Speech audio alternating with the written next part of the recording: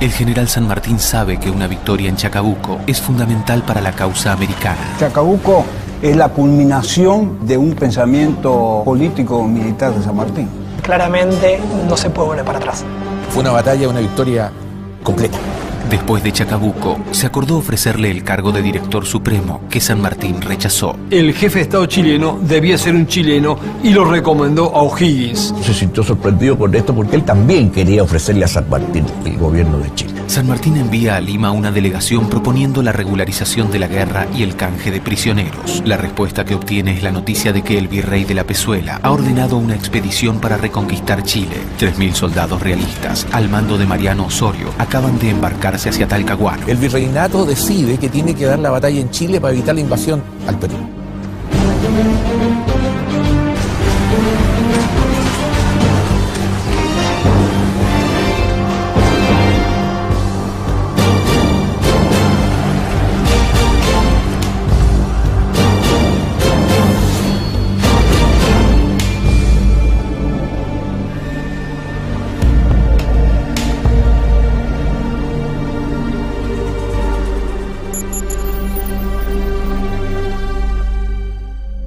Una vez San Martín en territorio chileno, una vez asentado O'Higgins en el gobierno, también tuvieron que realizarse múltiples y diferentes combates, ¿no es cierto?, contra enemigos que no eran fáciles de vencer. La prueba está que en el año 1818 San Martín tendría que sufrir uno de sus más duros golpes militares a lo largo de su historia, que no había tenido realmente fracasos, ¿no?, que es la sorpresa de Cancha Rayada.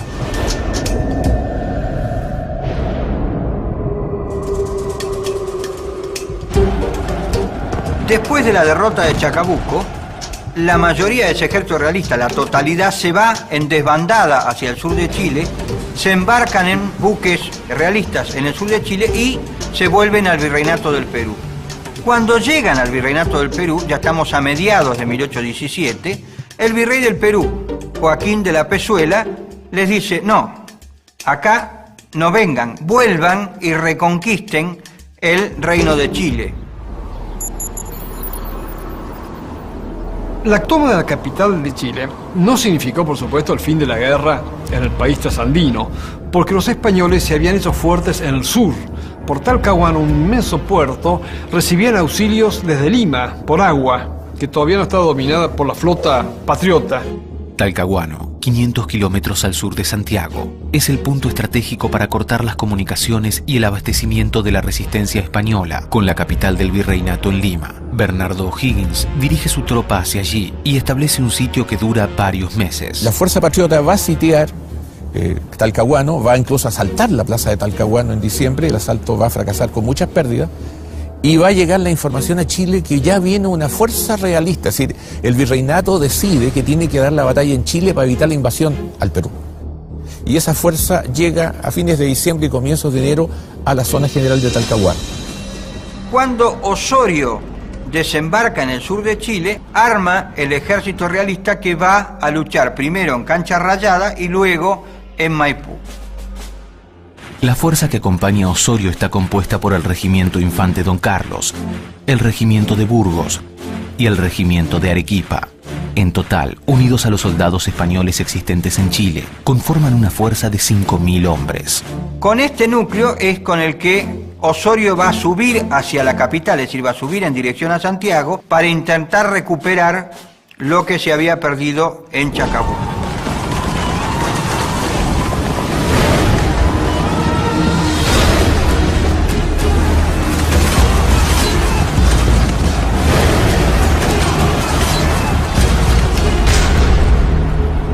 Se da cuenta el mando de las tropas patriotas de que es imposible batir a los realistas que están encerrados dentro de Talcahuano. Entonces resuelven venirse hacia el norte para proteger Santiago. Y en este tráfico hacia el norte llegan a las afueras de Talca. Al retirarse para evitar el enfrentamiento con una fuerza superior, O'Higgins considera el momento oportuno para concretar un sueño largamente anhelado. Chile no es independiente, desde luego, desde el 18 de septiembre, que nosotros celebramos con nuestro Día Patrio de 1810. En ese momento nadie pensaba en la independencia. Es el inicio de un proceso, pero ese proceso termina recién el 12 de febrero de 1818, cuando O'Higgins firma la proclama de la independencia de Chile. La verdadera declaración de independencia chilena en febrero del 18 no es celebrada. En Chile celebramos la primera Junta Nacional el 18 de septiembre de 1810. La verdad es que ya había una inercia en la cual claramente existía una superioridad y una inferioridad moral. Ya existía un ejército que se sentía ganador y otro que se sentía perdedor. De alguna manera, consolidada esta estructura, viene la parte más difícil.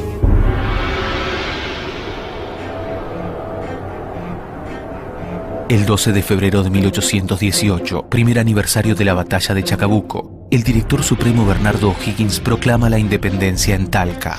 2 semanas más tarde, un grupo de patriotas residentes en la ciudad de Linares, a solo 50 kilómetros, le informa que la avanzada del ejército realista ha ocupado la población.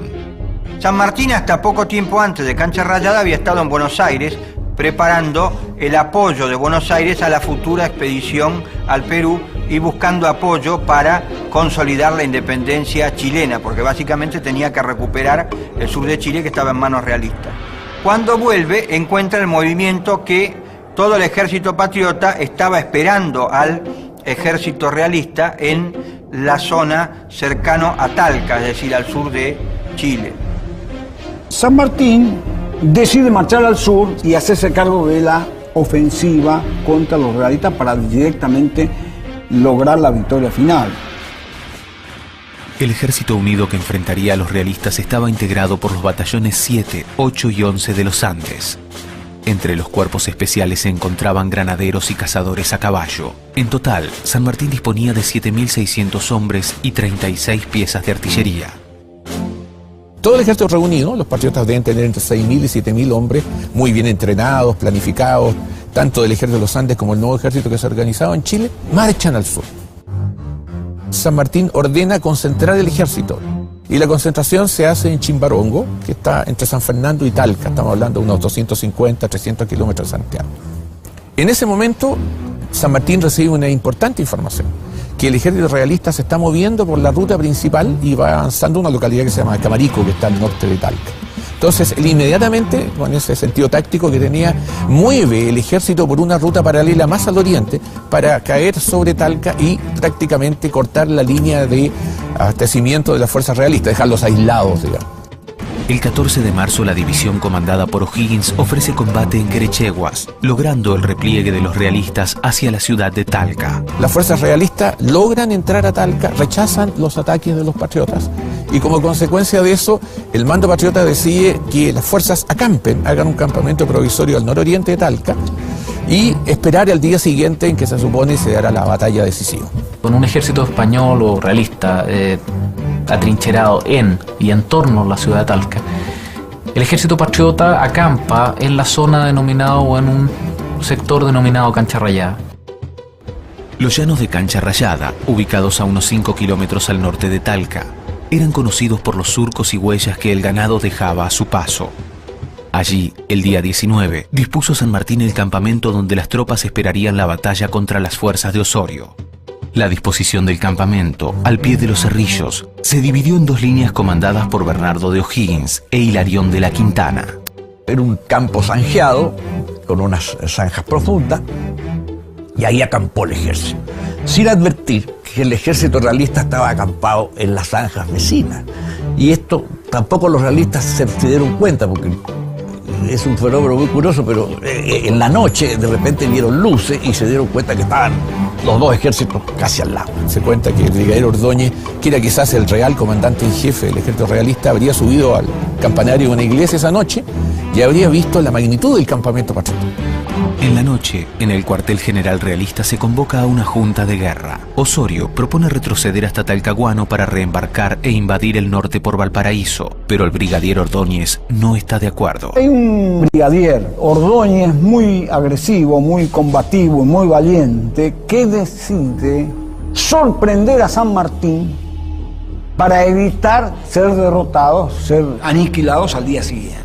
Consciente de que tiene un ejército muy grande al frente, él plantea que la única posibilidad de compensar esta diferencia de de números, es con un ataque sorpresa. Sorprender a un ejército no formado significaba sorprenderlo en una circunstancia en la cual sus oficiales y suboficiales no podían ejercer mando.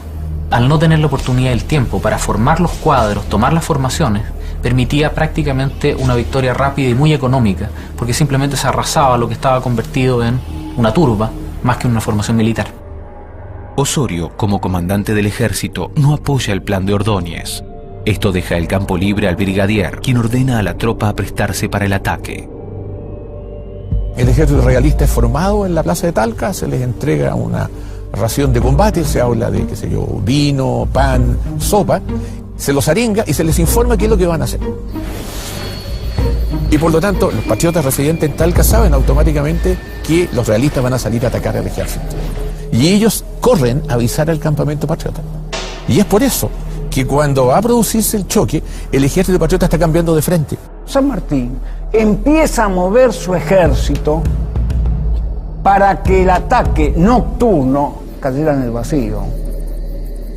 Es una maniobra peligrosa, un ataque nocturno sobre una masa enemiga por parte de los realistas. Ante el ataque que se produce de noche, cosa bastante rara en la época y bastante fuera de las reglas de la guerra, entonces, donde no se atacaban los campamentos, no se atacaba de noche y había una manera caballerosa de hacer la guerra, es decir, se peleaba entre ejércitos de día sin atacar poblaciones civiles ni construcciones civiles, sino que la guerra era entre ejércitos frente a frente en campos de batalla y de día.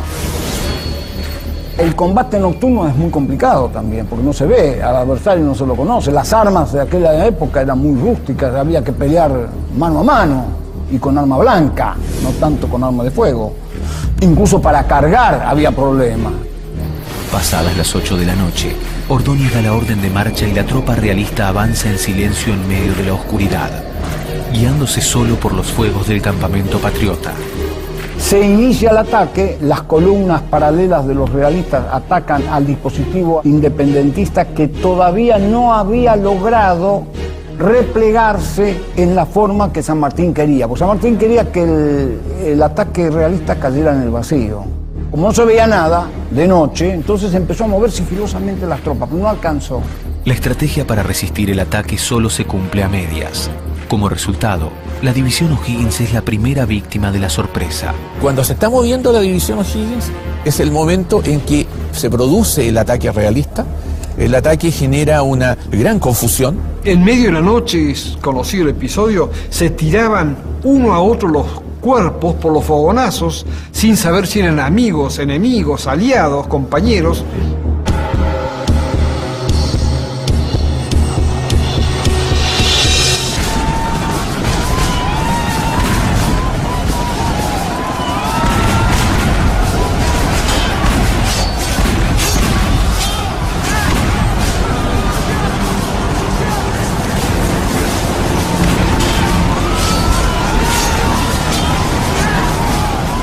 Ante la oscuridad de la noche, el avance del ejército realista sobre lo que es un campamento y la dispersión que se produce hace que todo sea confusión, de un bando y del otro.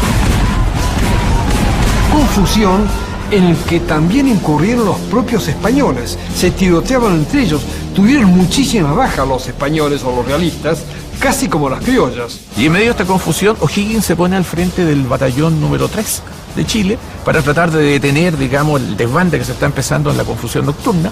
En ese momento hay una descarga.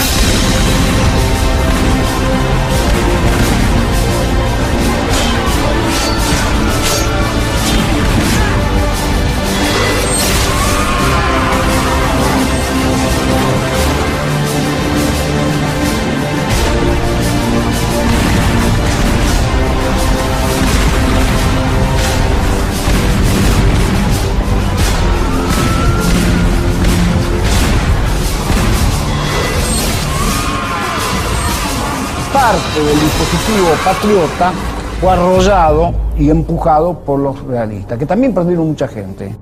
Y los realistas, en su movimiento, al tomar el campamento y capturar la artillería y el campamento patriota, creen que han derrotado al ejército patriota y lo han dispersado. Por esa razón no se ocupan de afirmar su victoria porque la creen absoluta.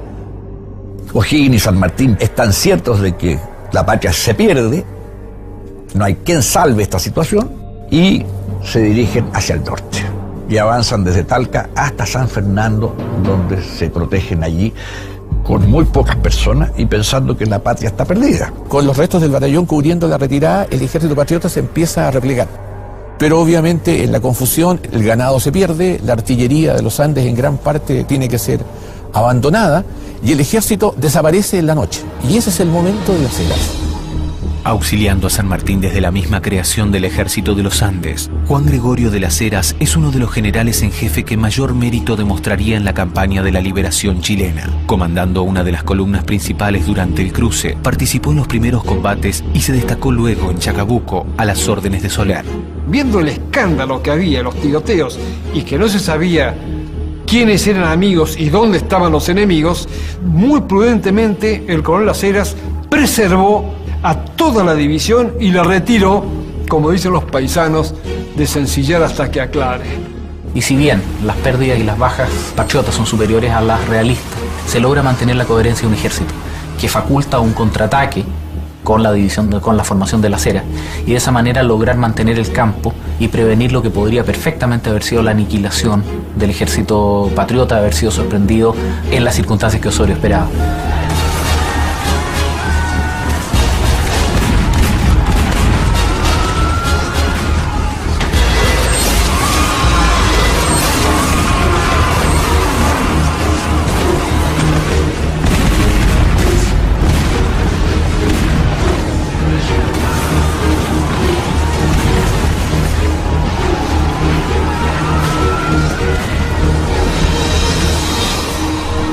Las Heras impone su voz a la derrotada tropa patriota, redoblando la disciplina. Así consigue que 3.500 soldados abandonen Cancha Rayada, sanos y salvos. Él la hace desaparecer en la noche porque sabe que a partir de ese momento, sobre lo que él tiene, va a haber que reorganizar el ejército. Entonces, él toma su división, más los 2 batallones que se lograron salvar de la división O'Higgins, la encolumna y marcha por el camino hacia Santiago. Esta división en retirada fue recogiendo los dispersos que empezaron a salir del campo de la acción, con lo cual se pudo dar un poco de forma a las tropas. Allí se cuentan algunas anécdotas duras, como de que 2 hombres se habrían retirado de la fila para cazar una gallina porque no habían comido en 2 días que llevaban sin comer. Entonces quisieron pescar una gallina y Las Heras los hizo fusilar. De esa manera conservó la disciplina y logró llegar hasta San Fernando, donde estaban San Martín y O'Higgins. San Martín y O'Higgins lo recibieron y le dieron el mando de todo el ejército a Las Heras y así llegaron hasta Santiago. San Martín y O'Higgins, que va con la herida muy afibrado, a él lo atendió, se cuentan en el camino, el doctor Parroacien, que era el doctor del ejército de los Andes, el doctor personal de San Martín, logra llegar a Santiago, donde reina obviamente una gran confusión. En la tarde del 21 de marzo, varios jefes patriotas llegan a Santiago portando informaciones tan funestas como falsas. Además de una dispersión total del ejército, aseguran que la muerte de San Martín y O'Higgins es un hecho. Este revés genera toda una oleada de pánico que plantea que en algún momento incluso O'Higgins y San Martín han muerto. Hubo una serie de visiones catastrofistas, digamos, propias del contacto boca a boca y la expansión del rumor, que causan más daño a la causa patriota que la derrota, entre comillas, o el revés, más bien, táctico en campaña y las pérdidas físicas de armamento, munición y hombres que supuso la operación. Mientras el pánico se apodera de los patriotas residentes en Santiago, los partidarios de los realistas celebran la noticia. Ante la incertidumbre que se tiene en Santiago de si el ejército patriota ha desaparecido completamente en Cancha Rayada o no, se producen 2 facciones. Por un lado, se forma un pequeño grupo que intenta recuperar y hacer un gobierno fuerte en Santiago para mantener el orden, y otra facción que quiere arreglar con los realistas y pedir perdón por haber declarado la independencia. En medio de la confusión, la intervención de Manuel Rodríguez, patriota chileno que colaborara junto a San Martín en la Guerra de Zapa, resulta vital para evitar el desmoronamiento de la autoridad independentista. Manuel Rodríguez, consciente de la situación que se vive y para evitar el pánico, reúne a la gente y da su famoso grito: aún tenemos patria, ciudadanos. Se genera prácticamente una especie de gobierno popular al lado del gobernador designado que había por O'Higgins, Y ellos son los que mantienen la esperanza viva mientras O'Higgins llega a Santiago, digamos. Se considera perdido el Ejército Unido Argentino-Chileno y hubo quienes empezaron a escribir cartas para acomodarse con las autoridades realistas, que San Martín tuvo la grandeza de alma de quemarlas para no tomar venganza. Las cartas dirigidas a las autoridades realistas fueron confiscadas y entregadas a San Martín. Este resuelve que sean destruidas, dejando de lado cualquier represalia para con sus autores. Esas cartas fueron recogidas y se las llevaron al general San Martín. Y cuando fue viendo San Martín de que estaban comprometidas todas las familias más distinguidas de Santiago, y naturalmente que iba a ser muy doloroso para ellos el hecho de haber estado dirigiendo en un momento a uno y en otro momento a otro, y ahora venía un tercer movimiento y iba otra vez a cambiar de bando, optó por quemar las cartas y con eso poner término a una situación que se les habría sido muy difícil para muchos santiaguinos de la época.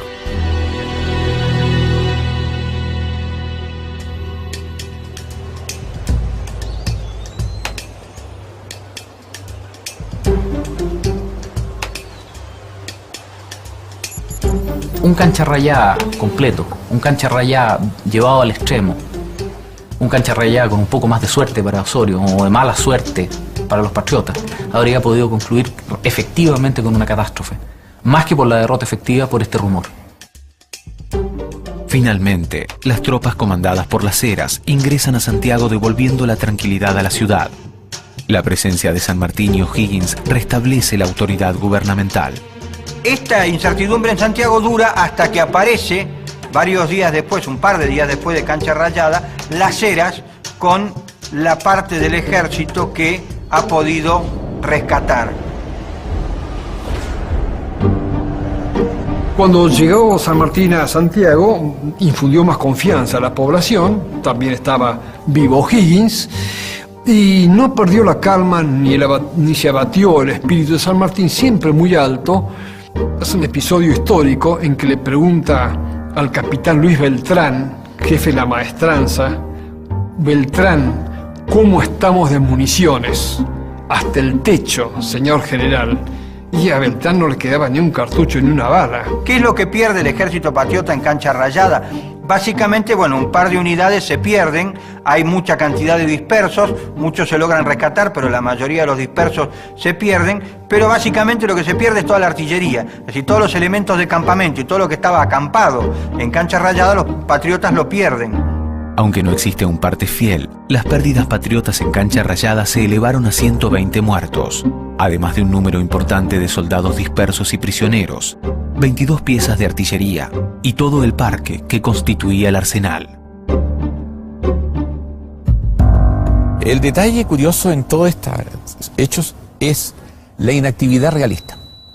Los realistas no siguieron inmediatamente la persecución, hay constancia que llegaron hasta el Maule, vieron más o menos y de haber pensado el ejército patriota ya está destruido.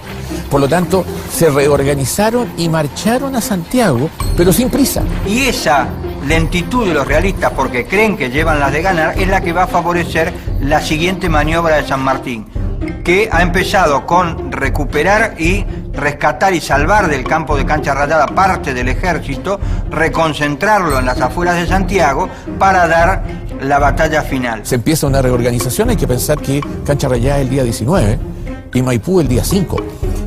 Por lo tanto, hay menos de 2 semanas para poder reorganizar el ejército, instruirlo, capacitarlo, preparar, recuperar. Incluso hay hasta detalle simpático. Se sabe, por ejemplo, que el ejército hacía las campañas de verano con pantalón blanco en esa época, porque era más delgado. Pero todos los pantalones blancos se habrían perdido en Cancha Rayada, y por eso las descripciones en la batalla de Maipú, todo el ejército patriota está de pantalón azul, es decir, estaba en pantalón de invierno, es decir, con lo que había. Buscando anticipar los rumores que pueden provocar más daño que la propia derrota, San Martín le escribe rápidamente a Pueyrredón para informarle sobre lo sucedido. Acampado el ejército de mi mando en las inmediaciones de Talca, fue batido por el enemigo y sufrió una dispersión casi general que me obligó a retirarme. Me hallo reuniendo la tropa con feliz resultado, pues cuento ya 4.000 hombres desde Curicó a Pelequén. Espero muy luego juntar toda la fuerza y seguir mi retirada hasta Rancagua. La campaña de cancha rayada, por decirlo de alguna manera, que llevan adelante los realistas, parece una victoria a ellos, porque al tomar el campamento, los bagajes, las cosas de Estado Mayor, un par de banderas y toda la artillería, ellos creen que han derrotado al ejército patriota y piensan que, como había pasado antes en 1814, los patriotas dispersos iban a cruzar de vuelta a la cordillera San Mendoza y ellos iban a poder recuperar todo el dominio de Chile nuevamente. La diferencia es que ahora San Martín los reagrupa, Las Heras los reagrupa por orden de San Martín y le van a volver a presentar batalla. Este ejército bisoño, formado el verano anterior, ya va convirtiéndose en una máquina militar más formal. Lo que nuevamente nos recuerda que un ejército es un ente social dinámico. Un ejército no es una sumatoria material, sino que se trataba de un grupo de personas que van evolucionando en su relación de equipo y en su relación de grupo, incrementando o disminuyendo la confianza en sus líderes, en sus compañeros, estando más o menos de acuerdo con la causa por la cual luchan. No todavía perfecto o no todavía en su grado final de madurez como lo estará tras las operaciones en Maipo, pero que ya tiene mucho más cohesión, coherencia, correlación entre sí, confianza entre los mandos, que el ejército que cruzó los Andes en un primer momento. La contestación de Pueyrredón a San Martín, al recibir la noticia de la derrota, no deja lugar a dudas sobre la confianza que los patriotas tenían en su propia recuperación. Nunca es el hombre público más digno de admiración y respeto que cuando sabe hacerse superior a la desgracia, conservar su serenidad y sacar todo el partido que quede al arbitrio de la diligencia. Una dispersión es un suceso muy común, y la que hemos padecido cerca de Talca será reparada en muy poco tiempo.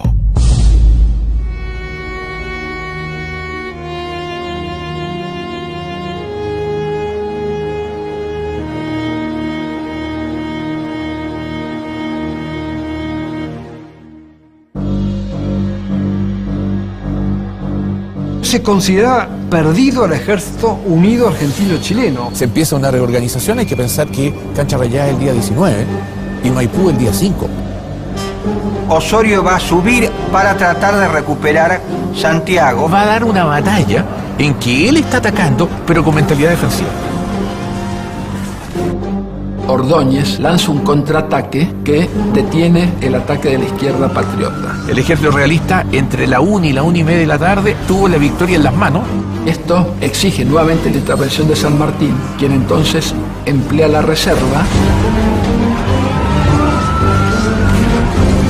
El que el ejército patriota tenga reserva es lo que salva la situación, porque automáticamente hay reemplazo.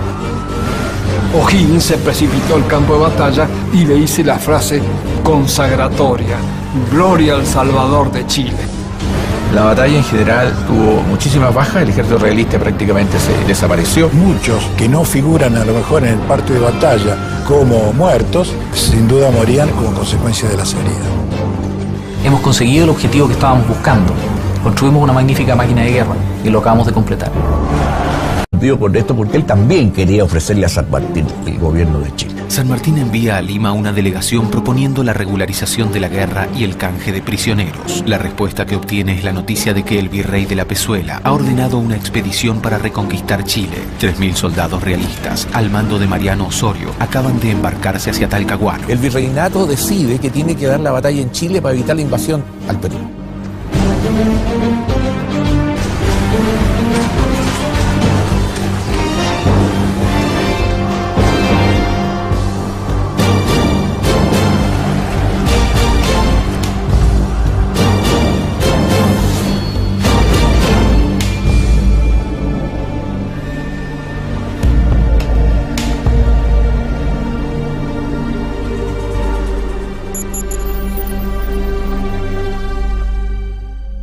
Una vez San Martín en territorio chileno, una vez asentado O'Higgins en el gobierno, también tuvieron que realizarse múltiples y diferentes combates, ¿no es cierto?, contra enemigos que no eran fáciles de vencer. La prueba está que en el año 1818 San Martín tendría que sufrir uno de sus más duros golpes militares a lo largo de su historia, que no había tenido realmente fracasos, ¿no?, que es la sorpresa de Cancha Rayada.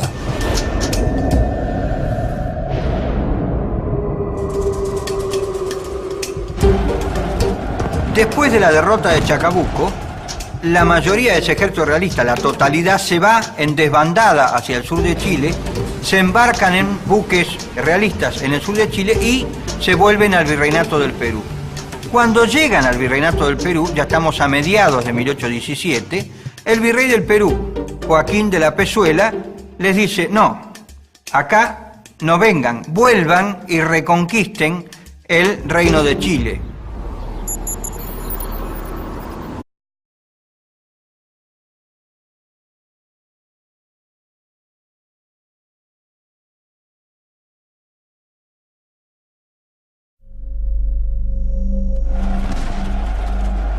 El general San Martín sabe que una victoria en Chacabuco es fundamental para la causa americana. Chacabuco es la culminación de un pensamiento político-militar de San Martín. Claramente no se puede volver para atrás. Fue una batalla, una victoria completa. Después de Chacabuco, se acordó ofrecerle el cargo de director supremo, que San Martín rechazó. El jefe de Estado chileno debía ser un chileno y lo recomendó a O'Higgins. Se sintió sorprendido. La toma de la capital de Chile no significó, por supuesto, el fin de la guerra en el país trasandino, porque los españoles se habían hecho fuertes en el sur. Por Talcahuano, un inmenso puerto, recibían auxilios desde Lima, por agua, que todavía no estaba dominada por la flota patriota. Talcahuano, 500 kilómetros al sur de Santiago, es el punto estratégico para cortar las comunicaciones y el abastecimiento de la resistencia española con la capital del virreinato en Lima. Bernardo O'Higgins dirige su tropa hacia allí y establece un sitio que dura varios meses. La fuerza patriota va a sitiar Talcahuano, va incluso a asaltar la plaza de Talcahuano en diciembre, el asalto va a fracasar.